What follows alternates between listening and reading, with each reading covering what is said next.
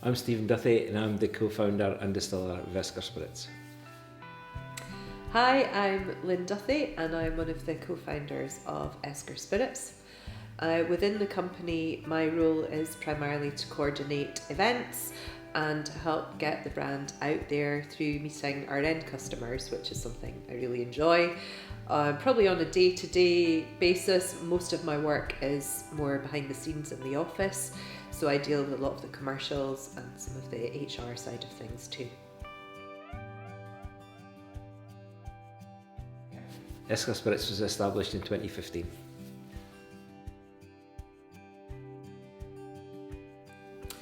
Our gins are special, I think, because of the care and attention that goes in really to developing them. It's something that we have taken a lot of time and effort and care into producing, and it's not something that we've done lightly. So we started really from a point of being gin lovers. That was really what brought us into the industry, that the love of gin and a real desire to understand how to make the stuff. So it wasn't really so much about the end product. It was about what goes into distilling, how do you make flavours work together, what's the special alchemy, I guess, in making things work and having great gins at the end of it. So for us, the actual development took quite a lot of time, and even for Esker, our original Esker, probably took us about 2 years really to come to a recipe that we were really happy with. I think that, and the fact that our it's not so secret ingredient is silver birch, which goes into all our gins, and that's something that we tap the trees ourselves for the silver birch every year. It goes into all our gins. It gives them a really silky, almost luxurious mouthfeel, and it's something that's really unique to us, and that's something that we really believe helps make our gin special too.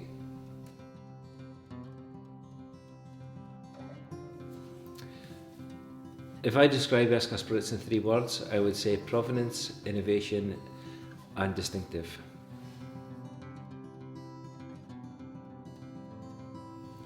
We develop our gin recipes over time and really in the kitchen at home. So it started on a 1 litre still, and that's something that we used when we were developing the Esker recipe, and we still use the same still for playing about with different botanicals and different types of ingredients, and more recently fruits that we have in our more recent gins. But I think really to look at flavour combinations that we like personally, and I think it's fair to say that Steve and I both like things that have a fuller flavour, so gins that are really distinctive. You can still taste them regardless of what mixer you choose to put in them, and that's probably something that we've lived by since we started with this. So Esker's a good example. The flavours in there are quite distinctive. It took us quite a long time to get that balance of flavours right, because there are a lot of quite powerful things in there with the spice, and also with the floral and the citrus. We didn't want something that was too predominantly one thing over another, so it was a careful balancing act. I mean, the research and development that goes into this job is really terrible, as I'm sure you can imagine, but it was really about working at the flavours that we liked. And probably another good example is the honey spiced, and again that takes Esker as the base, but to talk about the fuller flavours that we enjoy, I think Steve and I both like things like Drambuie and Glaive and whiskey liqueurs, so those were flavours that we wanted to almost try and replicate in a gin. But again, that took time. It probably took us about 18 months to get to something that worked, particularly working with honey, which is notoriously difficult to work with in drinks. So yeah, I think time, a trusty 1 litre still, and lots of very, very happy friends and family who get to try all these things as well as we go along.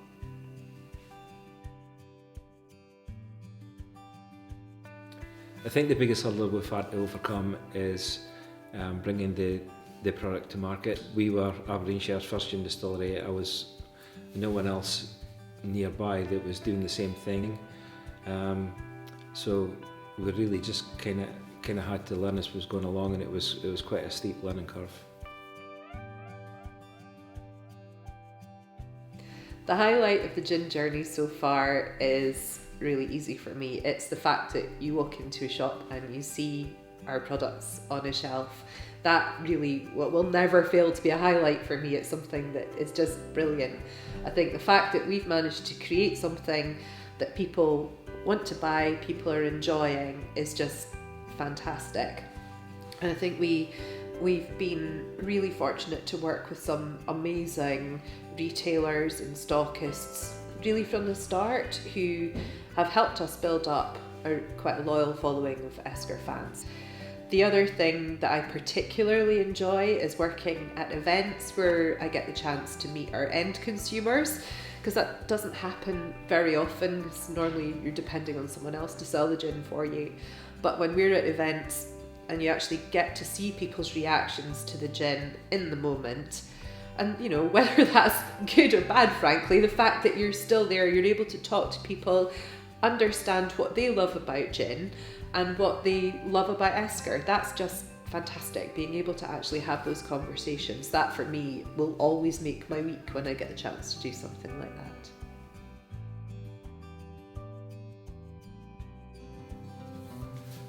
We were really fortunate in that we've had quite a lot of support from local people and from local businesses, because we were the first gin distillery in Aberdeenshire, and our gin is distilled and bottled here by us. People really understood that and took to that, and were really keen to support us. A lot of the local shops as well were really great supporters of us initially, and played a real hand in us getting the brand off the ground.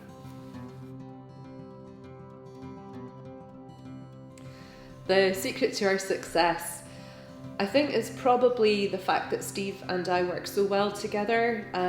We have quite complementary skills, and the fact that probably over time we've really figured out what those are has been quite important.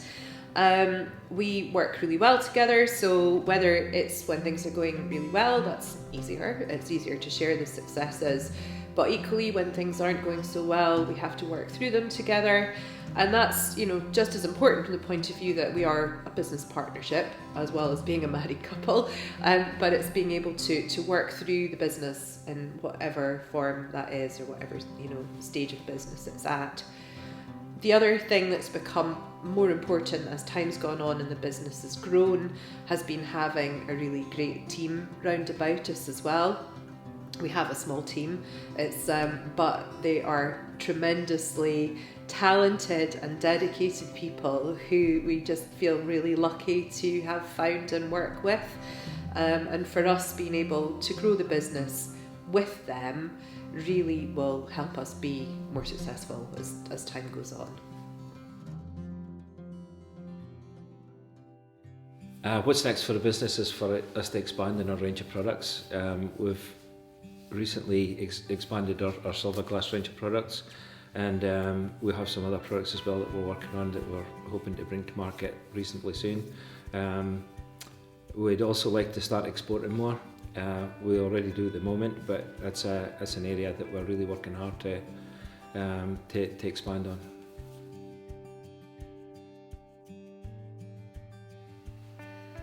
I think Scottish gin offers such a range of options for gin drinkers, and there's a real heritage of quality as well in Scottish spirits. It would be naive to attach, the same kind of heritage as whiskey has. I mean, there's an amazing heritage and real history built up over a long time. But I do think that in Scotland we're really lucky because we're known for quality food and drink output. I think that's a fact. But from a gin point of view, I think we've got pretty much anything any gin drinker could want in Scotland, from the bigger world famous brands that everyone will be familiar with, whether they're a gin drinker or not really, to the smaller brands, the growing brands, which offer people a different choice. They, like ourselves, it's something different, it's unique. They're probably maybe more niche brands, but things that people can really buy into. And I think opportunities like this give people the chance to understand the people behind the brand and see where they're coming from too. So I think from a category point of view, I think Scottish gin will continue to grow, maybe not necessarily in numbers of output, but certainly in the quality and the reputation of the category itself.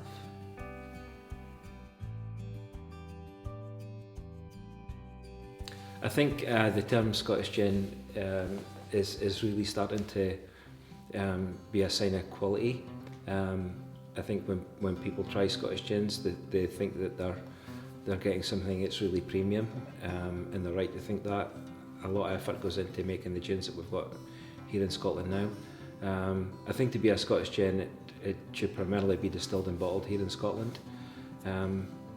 But as far as the term Scottish gin is concerned, I think it's just something that is becoming really well known for quality, and it's starting to be respected outside of Scotland as well.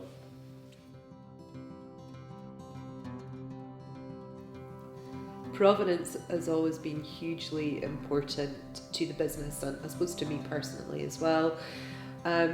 Right from the start, we were really keen that Esker should have really close links to our local area, and even the name Esker is linked to Royal Deeside. In case people don't know, an esker is a ridge that's formed by the movement of a glacier, so it's a geological term, and there are eskers on Royal Deeside. So the fact that it's easy to say, easy to spell, and hopefully easy to remember is a bit of an added bonus. But we take the theme of the esker through from the name into our bottle design, and the brand. That there's clear ridges in there. You can see the shape of the mountains. Again, if you look closely at the bottle, you'll see the silver birches on there too. So the silver birch is absolutely central to the provenance piece for us. Obviously, we wanted to incorporate something of the local area in the gin itself, and silver birch trees are everywhere on Royal Deeside. They're a real feature. And for us, when we discovered that the silver birch itself worked really well in the gin, it was almost a no-brainer to use that across the whole range. We tapped the trees ourselves. We tapped the trees on the very beautiful Kincardine estate on Royal Deeside.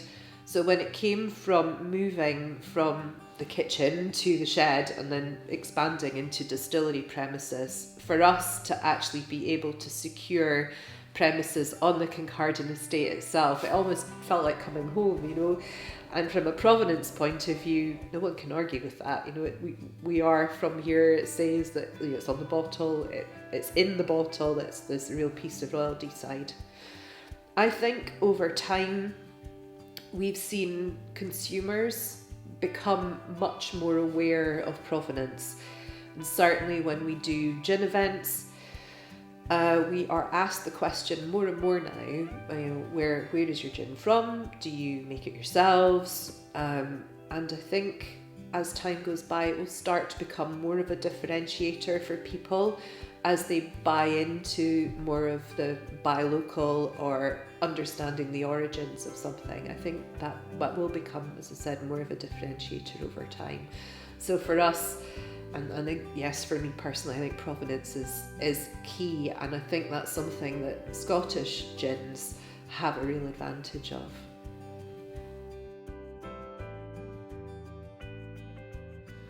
I can see Scottish gin continuing to grow and to be well known as a brand in itself globally. Scottish gin is already being recognised as something that people associate with premium. And it's something that as a business we would like to continue to capitalise on. We put a lot of effort into our gin. We put a lot of work into them to make sure that we have got a premium product, and that work is starting to pay off, we think. And in 10 years' time we would like to have expanded a lot more into the export market and have a much bigger percentage of our sales being overseas. That's where we see our brand working well. So in 10 years' time, I'd like to see our business growing as it has, and particularly into the global market.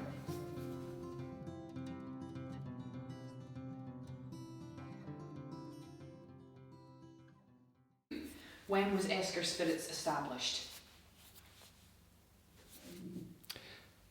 Esker Spirits was established in 2016. No, it wasn't. That's